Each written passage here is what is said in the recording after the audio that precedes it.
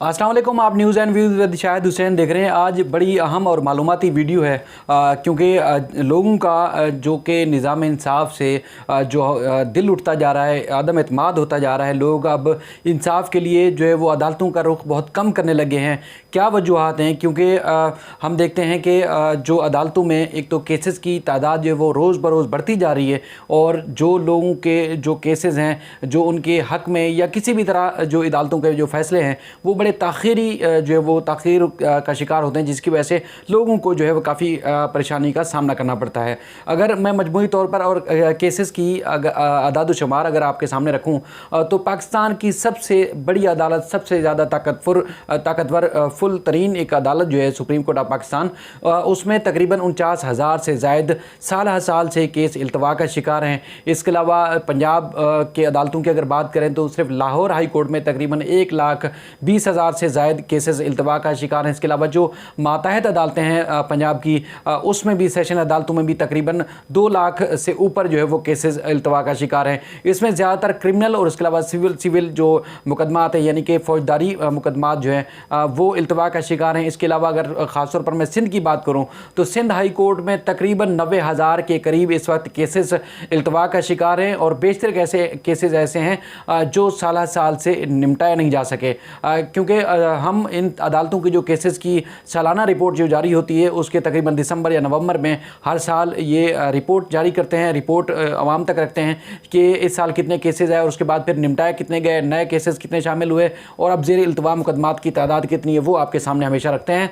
इसके अलावा अगर हम लोअर जुडिशरी की बात करें, यानी कि सेशन अदालतें सूबे भर की, उनकी बात करें तो तकरीबन 1,30,000 के करीब जो है वो सिंध की मातहत अदालतों में, सेशन अदालतों में केसेस इल्तवा का शिकार हैं। इंसदाद दहशतगर्दी की अदालतें, एहतसाब अदालतें और दीगर जो स्पेशल कोर्ट हैं उनमें जो है अलावा ये केसेस जो हैं इल्तवा का शिकार हैं, उनकी अलग तादाद है। और इसके अलावा अगर जिस तरह हम बलूचिस्तान की बात करें तो बलूचिस्तान में भी तकरीबन 50,000 के करीब बलूचिस्तान हाई कोर्ट और उसके बाद मातहत अदालतों में ज़ेर इल्तवा मुकदमात हैं। खैबर पख्तूनख्वा, पेशावर हाई कोर्ट और उसके अलावा उनकी जो मातहत अदालतें हैं वहाँ पर भी तकरीबन बताया गया है कि 60,000 से ज़ायद केसेस ऐसे हैं जो साल साल से इल्तवा का शिकार हैं और उसके अलावा हज़ारों की तादाद में मातहत अदालतों में मुकदमात इल्तवा का शिकार हैं। अच्छा, उसमें बड़ी दिलचस्प और अहम बात इसमें सबसे ज़्यादा ये है कि जो हमारे जजेस हज़रात हैं वो सालाना फिर छुट्टियां क्यों करते हैं अगर इतने इल्तवा का शिकार केसेस हैं। और उसके बाद फिर अगर जजेस के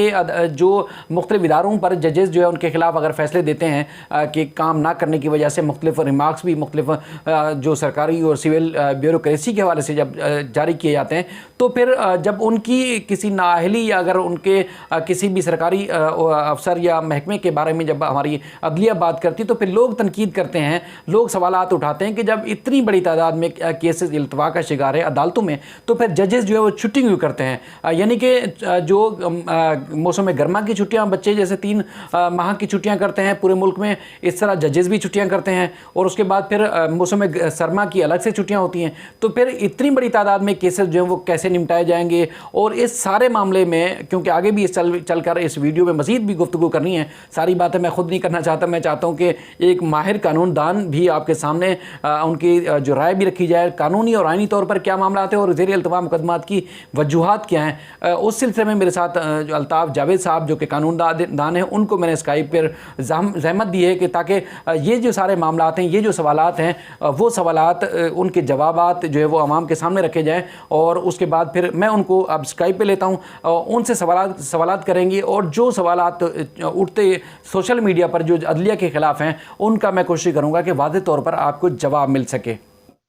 अस्सलाम वालेकुम मलिक अल्ताफ़ साहब, मैं आपको अपने यूट्यूब चैनल पर खुशामदीद कहता हूँ। सर, देखा जिस तरह मैंने इंट्रो में भी बताया कि पाकिस्तान की अदालतों में लाखों केसेस जो है इल्तवा का शिकार हैं। कुछ अर्सा पहले आपने देखा कि सोशल मीडिया पे एक सुप्रीम कोर्ट का नोटिफिकेशन जो है छुट्टियों का ज़ेर गर्दिश था और उसके बाद फिर पाकिस्तानी कौम ने जजेस के लिए बहुत बुरा कहा, रिमार्क्स आप कमेंट्स देख रहे थे, काफ़ी नेगेटिविटी जा रही थी। उसके बाद फिर आज आपने देखा कि सिंध हाई कोर्ट से मौसम गर्मा की छुट्टियां 7 जून से 7 अगस्त तक की तातीलात होंगी। तो क्या इन छुट्टियों के दौरान पाकिस्तान की सारी अदालतों को ताला लग जाता है या फिर जजेस को क्या बच्चों की तरह ज्यादा छुट्टियां करने की उनको शौक होता है, फिक्र होती है, काम की कम होती है? मैं इंटरव्यू में बता चुका हूं कि ऐसे हमारे जजेस, क्योंकि आप भी देखते हैं हम भी देखते हैं, जजेस जो है मुसलसल हम देखते हैं कि मुख्तलिफ इदारों को, मुख्तलिफ महकमों को काम ना करने के ऊपर तनकीद का निशाना बनाते हैं, उनके खिलाफ रिमार्क्स पास करते हैं, उनके खिलाफ ऑर्डर करते हैं। तो फिर जजेस के खिलाफ क्यों कार्रवाई नहीं होती, और अगर होनी चाहिए तो फिर किस तरह हो सकती है?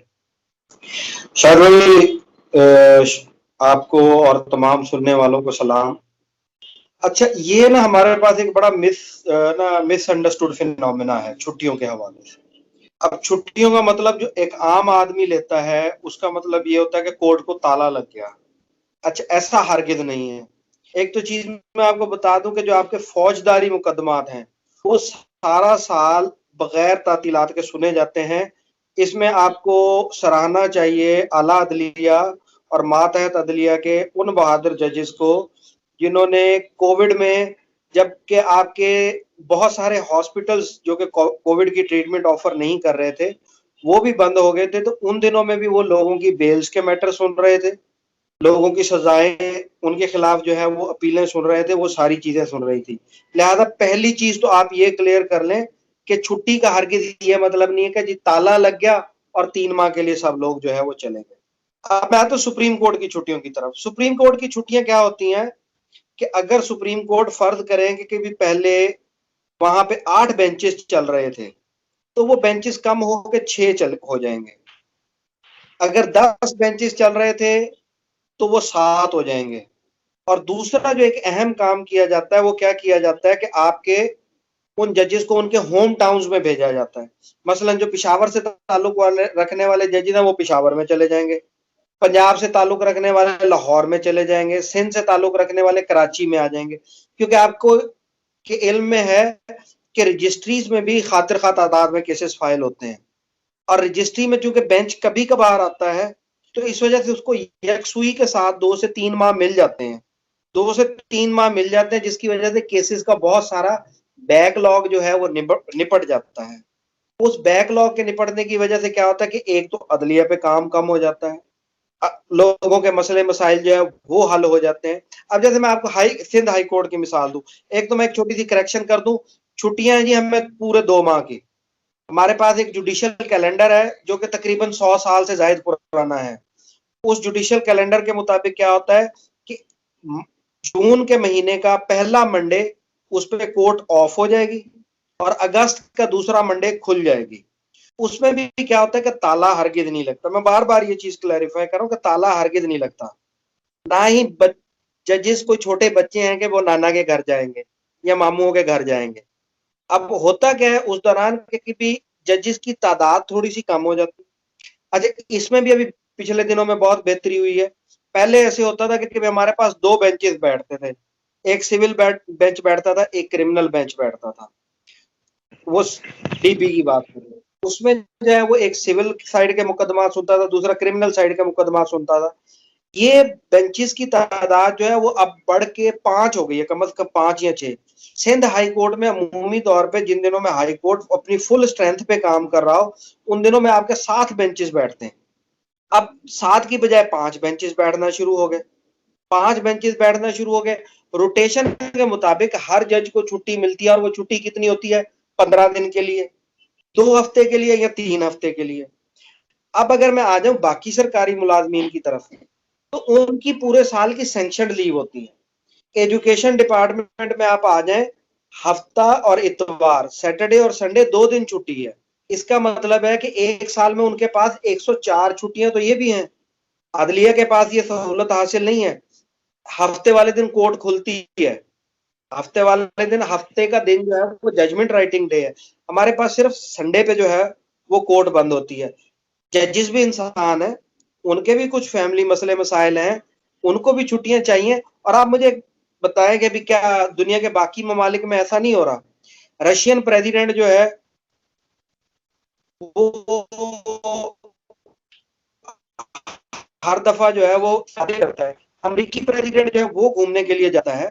हर जगह पे तमाम महकमा जात में ऐसे है। तो इसमें जो समझने की जरूरत है, हमारे पास बैकलॉग है, इस चीज में कोई शक नहीं है।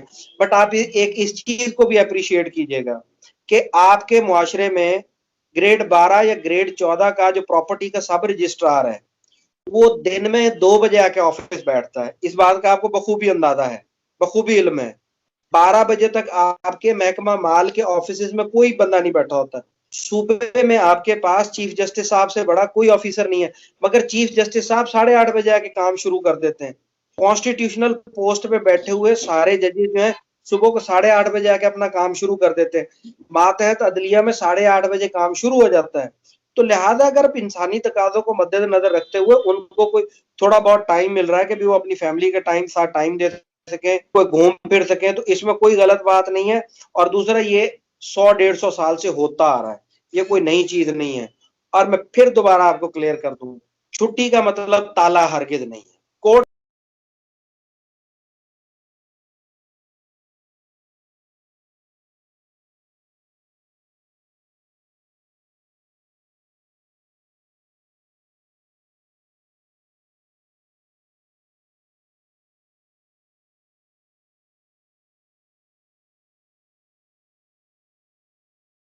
कोर्ट खुली हुई है, बिस्मिल्लाह जी आप आए, हम आपका केस दाखिल करेंगे। अल्ताफ साहब, आप जो कह रहे हैं वो बिल्कुल ठीक है। छुट्टियों के दिनों में, यानी कि जो तातीलात होती है गर्मा की, मौसम गर्मा की और मौसम सरमा की, हमारे पास खबरों की तादाद बढ़ जाती है। यानी कि जो मफाद आमा के केसेस हैं वो ज्यादा रिपोर्ट होते हैं, ज्यादा वहाँ दायर भी होते हैं, उनमें फैसले भी ज्यादा सुनाई देते हैं।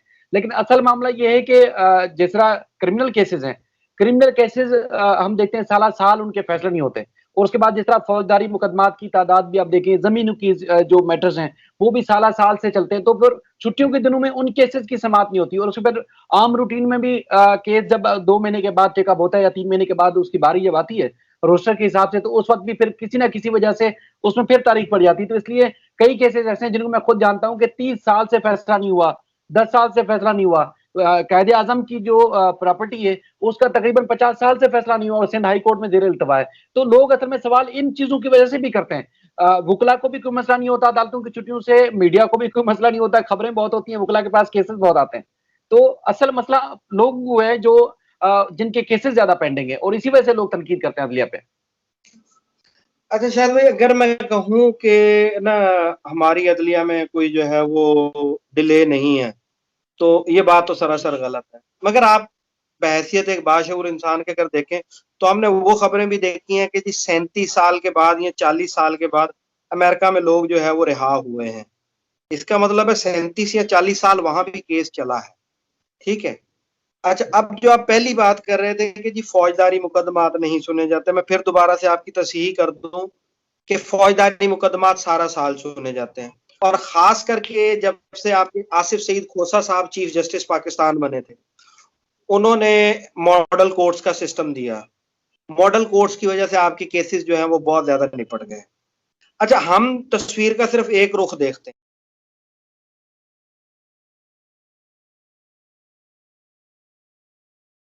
जैसे मैं आपको एक छोटी सी मिसाल दे देता हूँ, बड़ी इंटरेस्टिंग मिसाल है। होता क्या है जी, आप एफआईआर दर्ज करवाते, चोरी हो गई, आपने एफआईआर दर्ज करवाई। अब हमारा कानून जो हमें अंग्रेज बना के दे गया वो इस किस्म का है कि आईओ आपके पास आता है, तफ्तीशी साहब आते हैं, वो आके कहते हैं भी जी आप बता दें किस किस पे आपको शक है। वो कहता है जी मुझे A B C D E सब पे शक है। सब उठा लिए जी, उन्होंने ले गए, तफ्तीश शुरू हो गई। तफ्तीश के दौरान आईओ साहब क्या करते हैं, वो उन्हें कहते हैं कि भी भाई देखो मेरी बात सुनो, लिख के दे दो कि चोरी तुमने की है। जज साहब के सामने जाके मुकर जाना, जज साहब तुम्हें जेसी कर देंगे, वकील साहब तुम्हारी बेल करवा लेंगे, नहीं तो मैं फिर तुम लोगों को मारूंगा भी और तुमसे मनवाऊंगा भी। वो उनको जो है वो लिख के दे देते हैं। अब वही आईओ, वही तफ्तीशी मुद्दई को दिखाता है कि भाई जी ये देखें, ये मान लिया, इसने लिख के मान लिया, अब तो कोई गुंजाइश ही नहीं है, बच ही नहीं सकता, जो मर्जी हो जाए जी, नहीं बचना है इन्हें। चले जी, आप ले गए उसको कोर्ट में। अब जब कोर्ट में गए तो कोर्ट सेटल्ड पोजीशन है पूरी दुनिया की कि एक्स्ट्रा जुडिशियल कन्फेशन के तहत सजा नहीं हो सकती। जज साहब ने मुलजिम से पूछा कि हाँ भी आपने इनके आईओ के सामने क्यों माना था, तो वो कहते हैं कि जी वहां पे मुझे खतरा था कि ये मारेगा पीटेगा, इसलिए मैंने तो अपनी जान बचाने के लिए ये बयान दिया है, ये झूठा है। जज साहब उसको कर देते हैं जेसी। वो तफ्तीशी बाहर निकलता है, तफ्तीशी वो बेचारा वो कहता है उसको, एक सादा लो उसको मुद्दई को जिसको कानून का कुछ नहीं पता, कि यार देखो मैंने तो मनवा लिया था, लिखवा के भी दे दिया था, पता नहीं क्यों नहीं जज साहब माने। सारा मलबा आपने अदलिया पे डाल दिया। ठीक है, सारे का सारा मलबा जो है वो अदलिया पे डाल दिया। ऐसा नहीं हम सिर्फ, मैं बिल्कुल फ्रैंक बात करूंगा कि हम कहें कि जी सिर्फ अदलिया का कसूर है, ऐसा हरगिज नहीं है, ऐसा हरगिज नहीं है। वकला भी इसमें शामिल, मैं भी इसमें शामिल हूं, आप भी इसमें शामिल हैं, हम सब लोग इसमें शामिल हैं। मेरे पास 10 केसेस हैं जी, मेरे 10 में से 5 केसेस लग गए, मैं एक चला रहा हूं, बाकियों में पैगाम भेज रहा हूं कि जी मैं दूसरी कोर्ट में केस चला रहा हूं, मेरा केस मुलतवी हो जाता है। आप देखें, यूके में, यूके जो कि हमारे सूबा सिंध जितना सूबा वो मुल्क है, उसमें 50,000 से ज्यादा मजिस्ट्रेट काम कर रहे हैं। मैं पहले भी इस चीज को बता चुका हूं कि 1992 में जिस वक्त पे डिस्ट्रिक्ट ईस्ट इकट्ठा था, उस वक्त पे तकरीबन 15 एडिशनल सेशंस जजेस बैठ रहे थे डिस्ट्रिक्ट ईस्ट में। अब वो दो हिस्सों में तकसीम हो गया, मलीर में और डिस्ट्रिक्ट ईस्ट में, दो हिस्सों में तकसीम हो गया, और दोनों के जजेस मिलाए तो वो मजमूई तौर पे 13 बन रहे हैं। मगर 1992 से लेकर 2021 तक आप देखें आपकी आबादी कितनी बड़ी है, ठीक है। तो इसलिए फिर वो मजबूरन जिन चीजों को वो देखते हैं जजेस जो है कि भैया ये फॉर्मल केस है, उसमें वो तारीख दे देते हैं।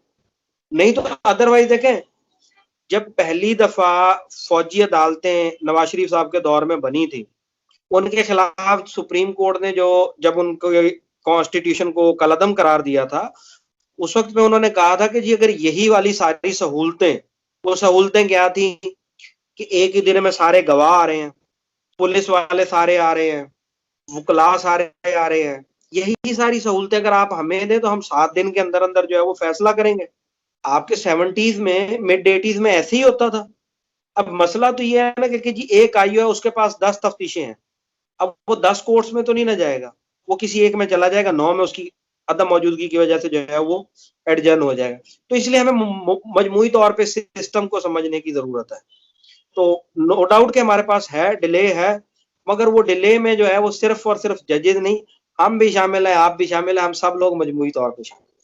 मलिक साहब आपका बहुत शुक्रिया। असल में बुनियादी तौर पर जो आप कह रहे थे कि 70s में इस तरह का मामला था कि 7 दिन में केस निपटाए जाने थे, तो 99 का जो एटीए का कानून है उसमें भी तकरीबन यही कि 7 दिन में एटीसी के केसेस निपटाए जाएंगे। इसी तरह नैब के केसेस हैं तो वो 30 रोज में निपटाए जाएंगे। यानी कि बुनियादी तौर पर कानून बना हुआ है, अमल दरामद नहीं होता। और उसके बाद फिर आप बार बार, जैसे आप भी जिक्र कर रहे थे कि अंग्रेज के जमाने का कानून बना हुआ है, तो उसमें काफी सारी चीजें जो ऐसी हैं जो अब पुरानी हो चुकी हैं, उसमें नई चीजें शामिल होना बहुत जरूरी है। लोग बहुत ज्यादा फास्ट हो गए हैं, लेकिन अदलिया पर मलबा इसलिए आता है कि अदलिया के जो रिकॉर्ड है, वैसे देखा जाए तो जो जुडिशरी का जो एक निजाम इंसाफ का तकरीबन 100 के दर्जे के अंदर भी नहीं आता। 120 के ममालिक के बाद हमारे पाकिस्तान का दर्जा आता है अदलिया का, कि यहाँ अदलिया जो है वो इंसाफ इस तरह लोगों को फराहम कर रही है। बहरहाल ये काफी मालूमाती चीजें थी जो आपकी वजह से, आपके तवज्जो से मैंने लोगों के सामने रखने की कोशिश की। शायद भाई इस पे थोड़ा सा जो ये ग्रेडिंग है ना, थोड़ा सा इस पे मुझे जरूर मौका दें, इस पे मैं 2-4 लाइनें जरूर कहना चाहूंगा ना, जी जी जी जी। ग्रेडिंग के हवाले से। भाई जी, ग्रेडिंग का ताल्लुक डायरेक्ट आपकी ईमानदारी की सोसाइटी की ग्रेडिंग से। आप की ग्रेडिंग करवाते हैं, कभी अपनी सोसाइटी की भी तो ग्रेडिंग करवाएं, अपनी सोसाइटी की भी ईमानदारी की ग्रेडिंग करवाएं, आपको पता लगेगा। देखें, केसेस जो हैं वो कोई भी बंदा घर से नहीं बना के लेके आ रहा। केसेस कब जनरेट हो रहे हैं? जब आप अपने हमसाये की जमीन पे कब्जा कर रहे हैं। केसेस कब जनरेट हो रहे हैं? जब आप अपनी बहन को हिस्सा नहीं दे रहे। केसेस कब जनरेट हो रहे हैं? जब आप को आपके हमसाये की कोई आदत नापसंद है तो आप 500 या 1000 रुपए का थाने में देके उसको जूते लगवा रहे हैं। ठीक है, अपनी ग्रेडिंग बेहतर करें ना जी, अपनी ग्रेडिंग बेहतर करें। आपने अपनी बहन को हिस्सा दे दिया है, भाई के साथ जुल्म नहीं कर रहे, हमसाया की जमीन पे कब्जा नहीं किया हुआ, ठीक है, जरूर जिंदगी में कोई छोटी मोटी परेशानी, आपका केस नहीं होगा, आपका केस नहीं। फिर हमारे पास शौकिया लिटिगेंट बहुत ज्यादा है, शौकिया लिटिगेंट बहुत ज्यादा है, जिसकी वजह सोसाइटी की आप ईमानदारी की खबरें में शौकिया लोग जो खबरें वो बनवाते हैं, जो शौकिया पिटिशनर होते हैं ना, शौकिया केसेस वाले जो है खबरें हमारी वही बनवाते हैं। ये देखें, ये आप समझते हैं कि वो वाले शौकिया पिटिशनर आज कहाँ पहुंचे हुए हैं? आप हम सबको पता है। तो लिहाजा अब अगर हमें देखें चीजों को बेहतर बना, जिस तरह हम कहते हैं ना कि जी डॉक्टर को अवॉइड करने का क्या तरीका है, प्रॉपर खाना खाएं, वर्जिश करें, सैर करें, ठीक है, नींद पूरी करें, इसी तरीके की चीजें होती है ना। इसी तरीके से वकील को जो है वो यहाँ अदालत से अवे रहने का क्या तरीका है, अपने आप को प्रॉपरली कंडक्ट करे, सिग्नल ना तोड़े, दूसरे का हक ना खाएं, ठीक है, दूसरे की जायदाद ना खाएं, किसी के घर पे कब्जा ना करें, किसी को ना हक जो है वो आप हक पे होते हुए भी आप किसी को जान से नहीं मार सकते, किसी का सर ना फाड़े, ये चीजें सब आपके पास जो है वो खुद ब खुद जो है आपकी देखें। जो सिविल की लिटिगेशन है उसमें 60% से जायद जो है वो कब्जे की लिटिगेशन है, कब्जे की लिटिगेशन है, तो वो इस वजह से जो है वो चल रहे हैं सिलसिले। तो सोसाइटी की ग्रेडिंग जो है ना, जब भी आप देखें, अगर बेल्जियम जो है ना, बेल्जियम वो ईमानदारी की टॉप लिस्ट में ना, उसकी अदलिया, तो उसके लोग भी ईमानदारी की टॉप 10 में आ रहे हैं। न्यूजीलैंड जो है आइडियल इस्लामी मुल्क जो है वो न्यूजीलैंड को गर्दाना गया था, वो सिर्फ इसी वजह से गर्दाना गया था कि जो लोगों के साथ जो रवैये हैं ना, जो रवैयों में ईमानदारी है, वो वहां पे ज्यादा देखी गई है। तो लिहाजा अभी हम लोग पकड़ के बैठ जाते हैं जी अदालत ने ये कर दिता, अदालत ने ये कर दिता, अदालत ने ये कर दिता, अदालत ने बहुत कुछ कर दिता, मगर अदालत वही कुछ किया जो तुसी कीता, ठीक है। हमें सर अपने आप को भी तो बेहतर बनाने की बात करें ना। सर बहुत शुक्रिया, बहुत शुक्रिया। बहुत सारी चीजें जो इंशाल्लाह अगली वीडियो में फिर लोगों के सामने रखेंगे। आपने अपना कीमती वक्त दिया उसके लिए बहुत शुक्रिया।